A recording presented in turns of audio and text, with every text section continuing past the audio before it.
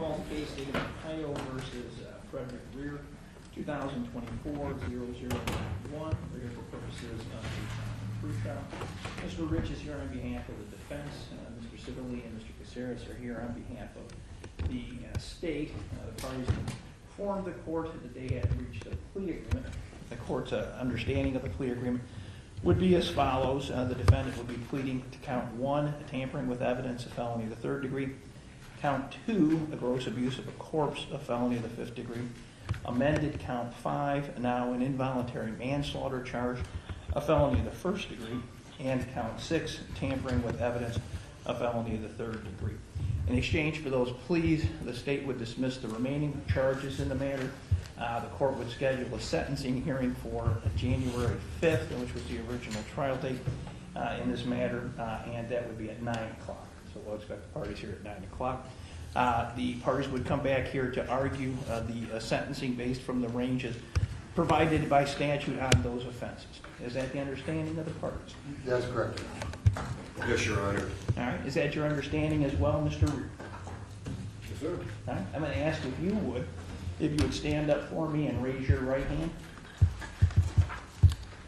Do you swear the testimony you're about to give will be the truth, the whole truth, and nothing but the truth, so help you God? Yes, sir. All right, you can have a seat. Can you give your full name for the record?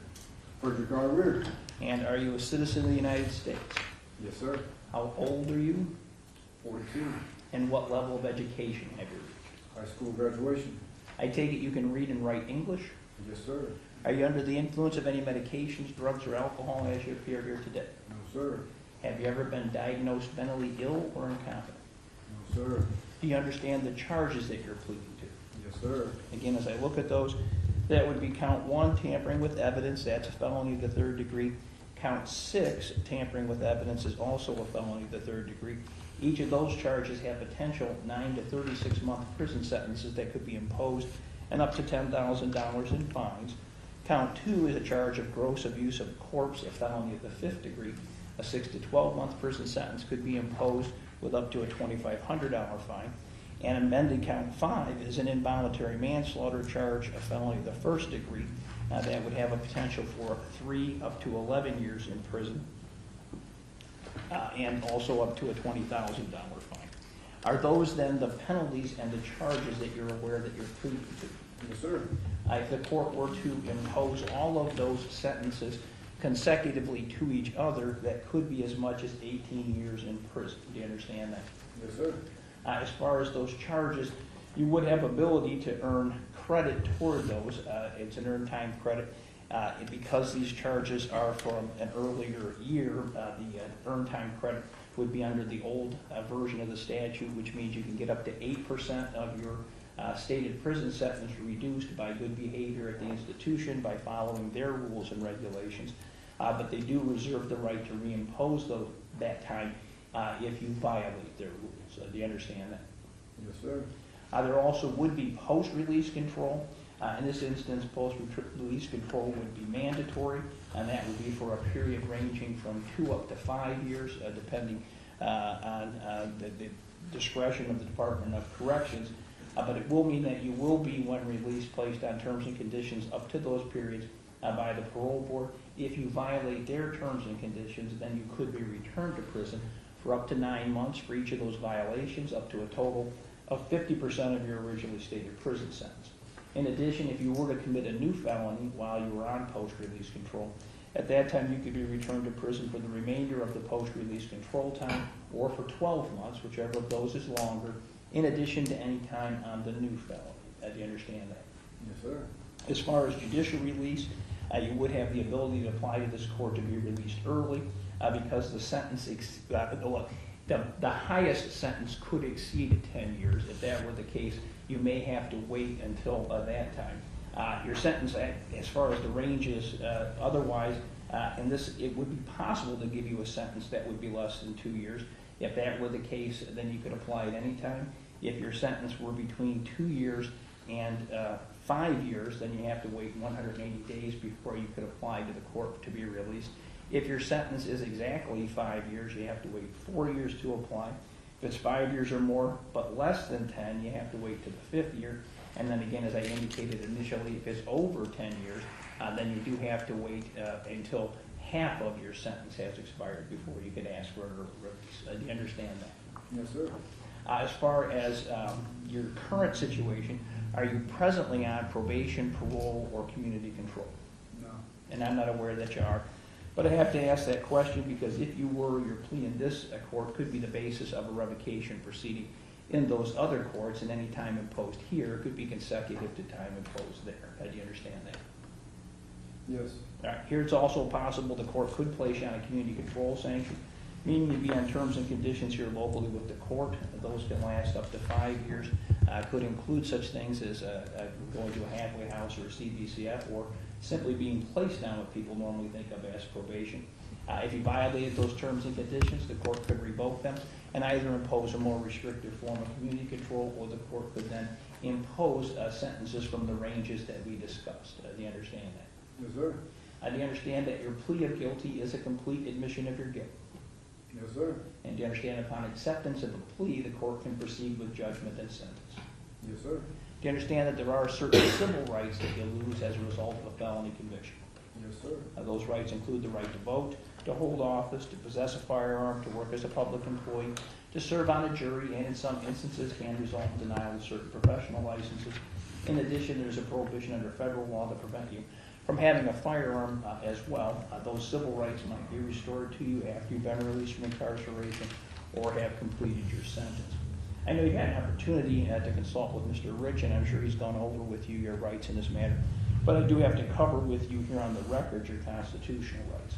Now, do you understand that you have a right to have a trial before a judge or a jury with regard to these charges if you want?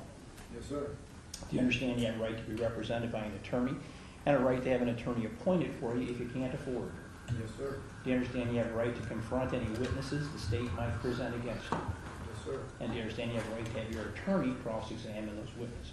Yes, sir. Do you understand that you would have the ability to use the court's power of subpoena to bring people and evidence here before the court on your own behalf? Yes, sir. And do you understand as you appear here today, you're presumed to be innocent, and you have a right to require that the state prove your guilt beyond a reasonable doubt? Yes, sir. Do you understand that all 12 members of the jury would have to agree as to your guilt? Yes, sir. Do you understand that you could not be forced or compelled to testify against yourself at trial? Yes, sir. And do you understand if you chose not to testify, the state could not mention that to the jury? Yes, sir. Do you understand that by pleading guilty, you're going to waive those constitutional rights that we just discussed? Yes, sir.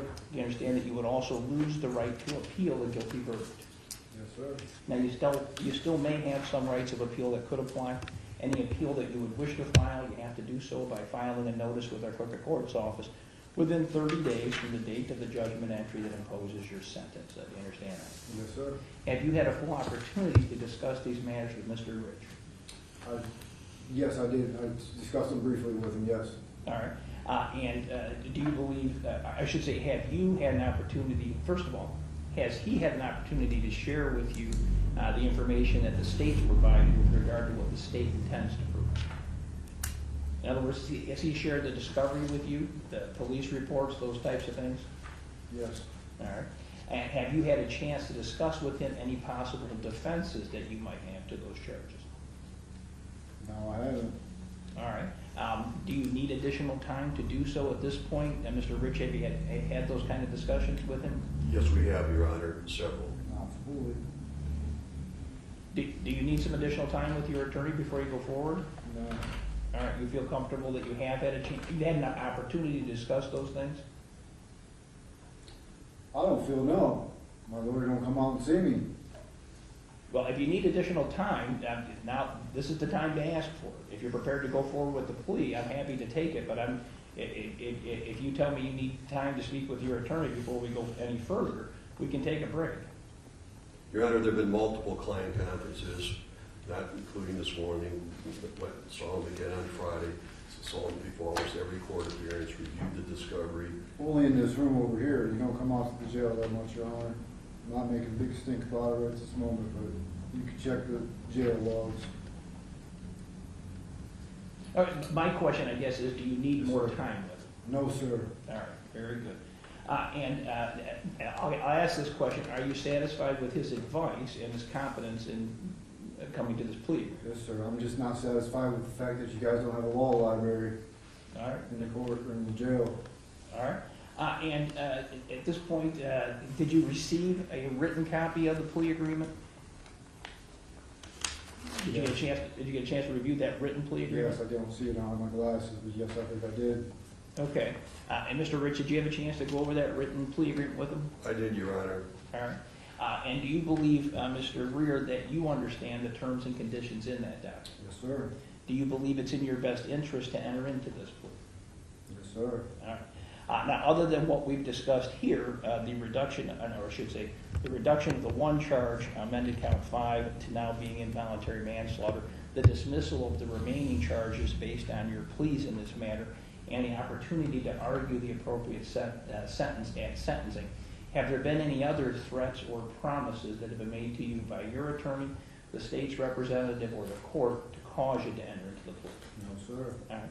It'd be my understanding as well from Mr. Caceres and Mr. Sitterly that the family of the victims have been consulted and a good number of them are present today. That's correct, Your Honor. All right, very good.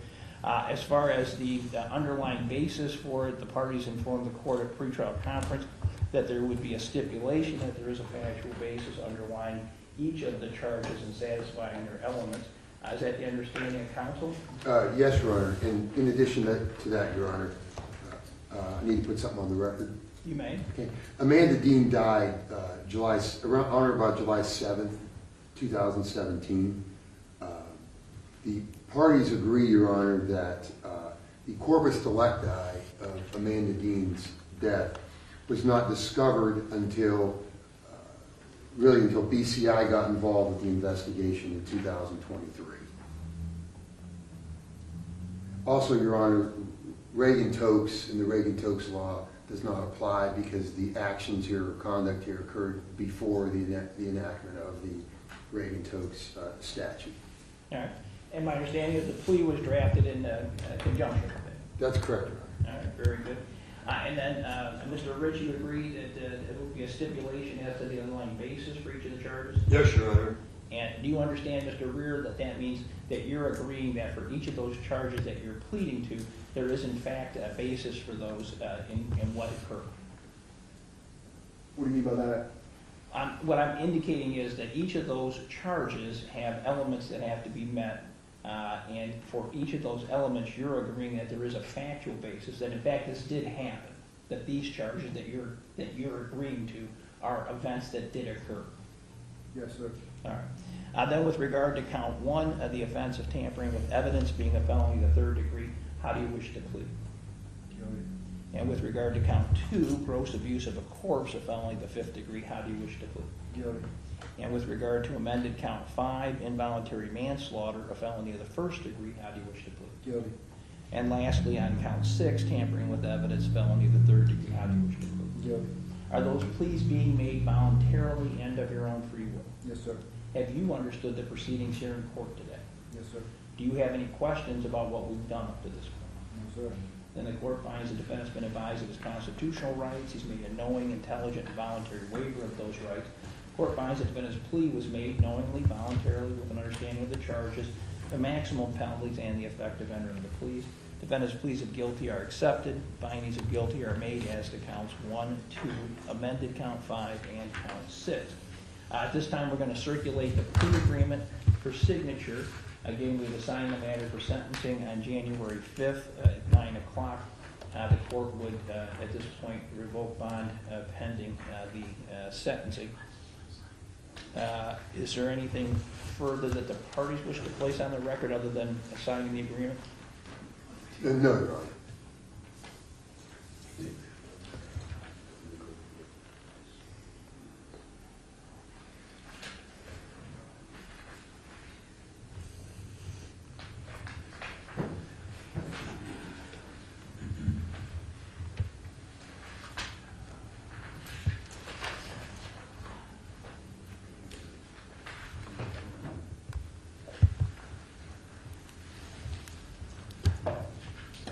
Mr. Reer, then, is that your signature that appears on the plea? We did not sign it yet, Your Honor. Sign it yet. Oh, all right. No, I'm waiting for you guys to sign. Oh, very good.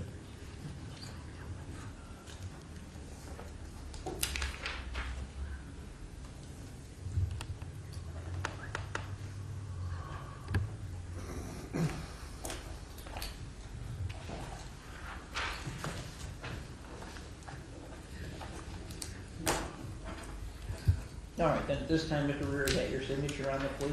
Yes, sir. All right. And as far as sentencing, then, I ask victims' advocates to make sure that any victim impact or input would be brought forward to the court.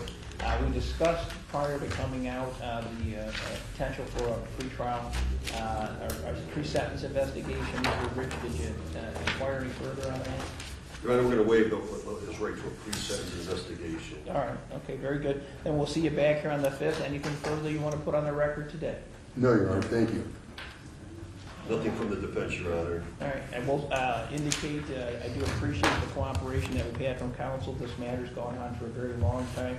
Eventually, the reasons for that will be disclosed, and I certainly understand how we got here today.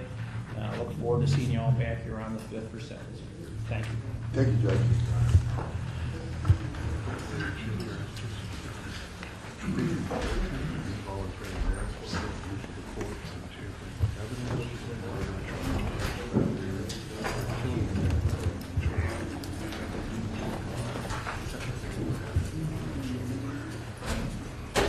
Love you, Fred. Call me.